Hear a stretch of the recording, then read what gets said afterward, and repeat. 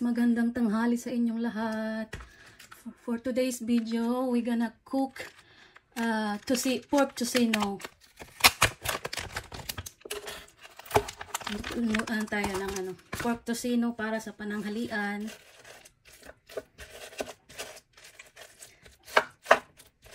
Yan tayo natin.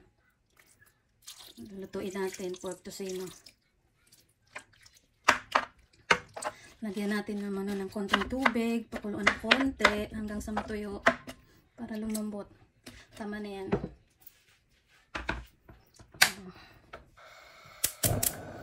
Diba? Pakuluan muna natin ng konti. Takpan. I'll be back later.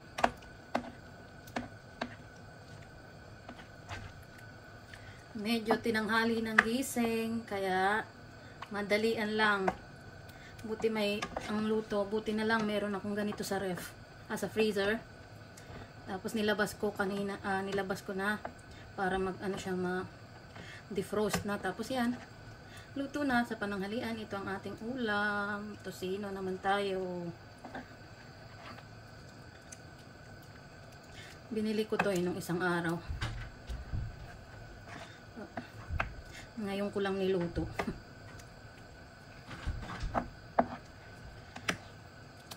Medyo tinatama din kasi ako magluto, kaya ito lang, madalian. Ubusin lang natin yung tubig. Pagkatapos lalagyan na natin ng oil. Yan, takpan ulit natin.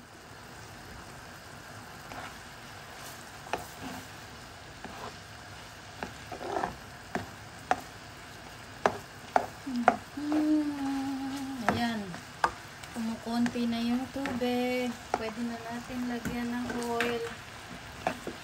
Lagyan na natin ng mantika.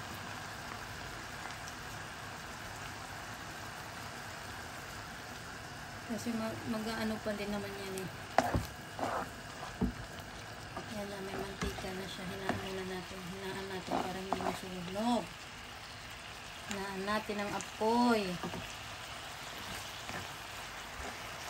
Kaya mga ka-reels, ano ang inyong pananghalian?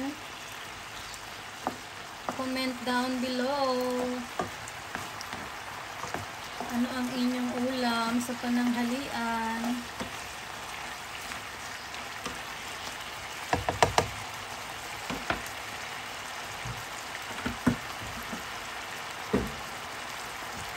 Sino ang may gusto ng tocino? Paborito nyo rin ba itong tocino? Masarap naman kasi siya, diba?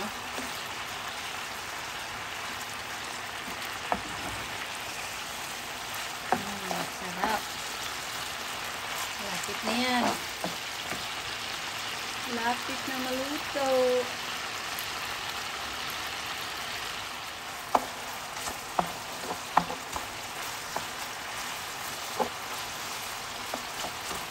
Malapit na itong maluto, guys. Konting prito na lang. Caramelize lang natin ng konti. Dito na lang, may tindang tocino dun sa Asian shop mo.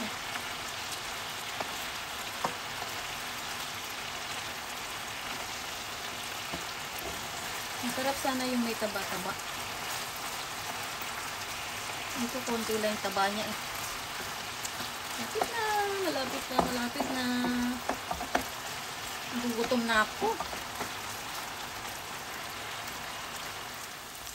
Ayan guys, luto na. Luto na siya. Ang bango. Panguin na natin. May sunod tayong iluluto. Ang sarap. O, diba?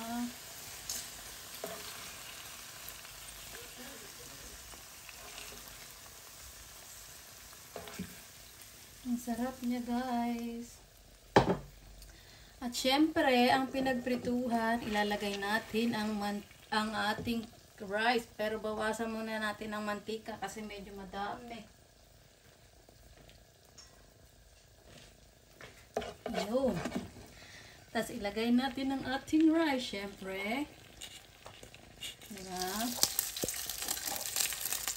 Aray ko. Tumusik pa. Lutongga.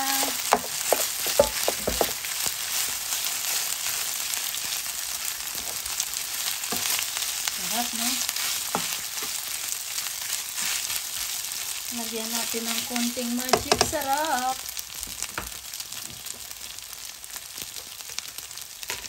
Konti lang.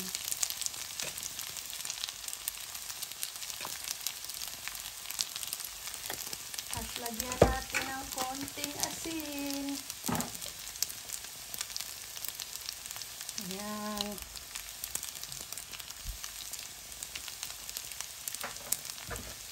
At ating halu-haluin. Ito laging ginagawa ni nanay eh. Pagtapos magprito ng tosino or longganisa, yung pinagprituhan always na ilalagay yung kanin.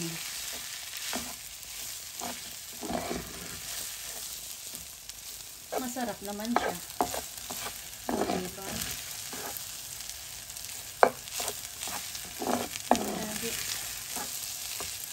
Sarap to guys. Yung pinagprituhan ng tosino, ilagay mo yung kanin after. Ang sarap niya. Ang sarap ng lasa.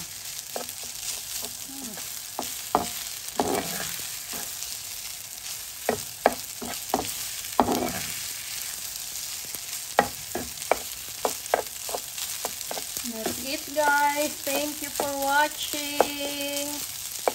Please don't skip the video.